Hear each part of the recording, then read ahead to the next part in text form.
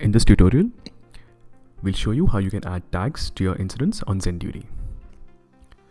Incident tags allows you to classify your incidents into various buckets and use those buckets in your post-incident analysis.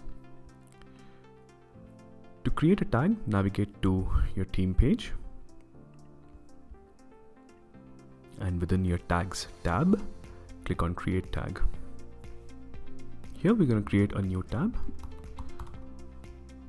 and I'm going to create a tag called server issues, and I'm going to give it a color that's orange and click on OK.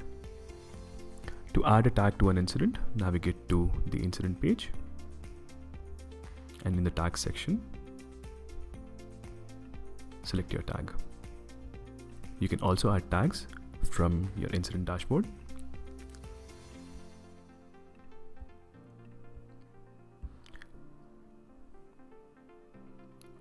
You can use your tags within your analytics page and filter your incidents by tags.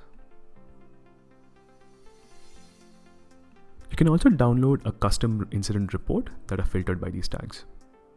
So in this video, we showed you how you can create a tag within your team and how you can assign those tags to your incidents.